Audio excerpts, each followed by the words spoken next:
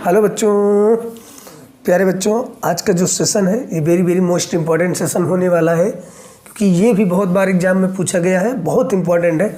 जैसे कभी आपको नेक्स्ट क्लास मिली थी अधिशोषण और अवशोषण में अंतर, पृष्ठ रसायन चैप्टर से था बच्चे, ठीक है। उसी क्रम में हम लोग आगे की तरफ बढ़ते हैं, अधिशोषण के प्रकार, ठीक है, जो वेरी वेरी मोस्ट इम्पॉर्टेंट है बच्चे, पूछा भी गया है कई बार एग्जाम में, अधिशोषण के प्रकार। तो अधिशोषण बच्चे कितने प्रकार से होते हैं? दो प्रकार से होते हैं, एक होते हैं रासायनिक, एक होता है एक भौतिक होता है और एक रासायनिक अधिशोषण होता है। बहुत बार पूछा गया है बच्चे, ध्यान दीजिएगा, जो ऑप्शन बहुत बार पूछा गया है।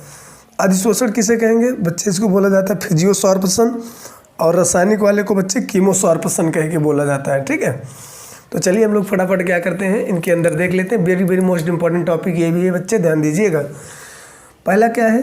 पहला, इनमें किसी प्रकार की विशिष्ट प्रकृति प्रदर्शित नहीं होती है। यानी कहने का मतलब बच्चे, इनमें किसी प्रकार की विशिष्ट प्रकृति नहीं पाई जाती है। किसमें? भौतिक वाले में यह अत्यंत विशिष्ट होता है।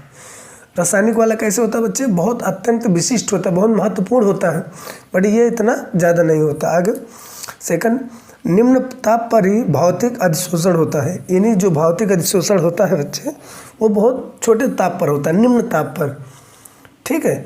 लेकिन ये रासायनिक अधिशोषण, यह उच्च ताप पर रासायनिक अभिक्रिया होती है। मतलब उच्च ताप पर रासायनिक अभिक्रिया यानी रासायनिक अधिशोषण होता है। याद रखिएगा बच्चे, भौतिक निम्न और रासायनिक उच्च। चलिए आगे देखिए, थर्ड पॉइंट, यह बहु आणविक परत का हो सकता है। यानी जो भौतिक वाला है बच्चे, भौतिक जो बनता है अधिशोषण, ये बहुत से अणुओं का परत हो सकता है। भौतिक वाला क्या हो सकता है बच्चे? बहुत से अणुओं का परत हो सकता है, ठीक है। बट रासायनिक वाला क्या होता है बच्चे? रासायनिक वाला यह केवल एक आणविक परत का हो सकता है। मतलब यह जो होता है बच्चे, यह एक आणविक परत का होता है, बट ये जो होता है बच्चे बहुआण्विक होता है, ठीक है। आ रही बात समझ में? चलिए, आती होगी बच्चे आपको अच्छे समझ में। अगला पॉइंट, ताप वृद्धि के साथ साथ इसका मान बढ़ता जाता है। यहाँ पे थोड़ा जाता लिखना चाहिए था, बढ़ता जाता, ठीक है, यहाँ सही कर लेना बच्चे, बढ़ता जाता है, ठीक है। यानी क्या कहने का मतलब, ताप वृद्धि के साथ साथ इनका मान क्या होता जाता है? बढ़ता जाता है। इनमें क्या है, ताप वृद्धि होने पर इसकी मात्रा बढ़ती है और बाद में घटती है।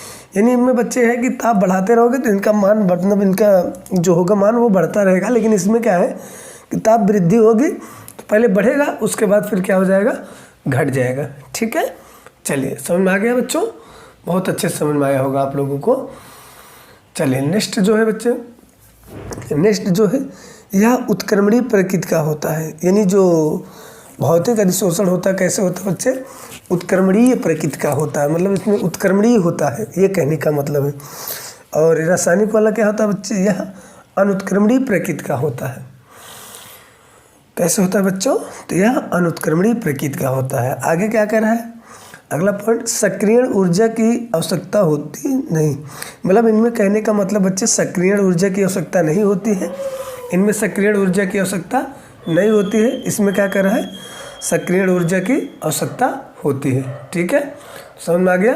चलिए, तो ये बच्चे थे अधिशोषण और रासायनिक अधिशोषण और भौतिक अधिशोषण में अंतर। आई होप आपको समझ में आया रहा होगा बच्चे। अगर समझ में आए तो वीडियो को लाइक शेयर करना, चैनल को सब्सक्राइब करना। मिलते हैं ऐसे ही नेक्स्ट क्लास में, तब तक के लिए जय हिंद, बाय बाय, थैंक यू, जय हिंद, जय भारत, वंदे मातरम।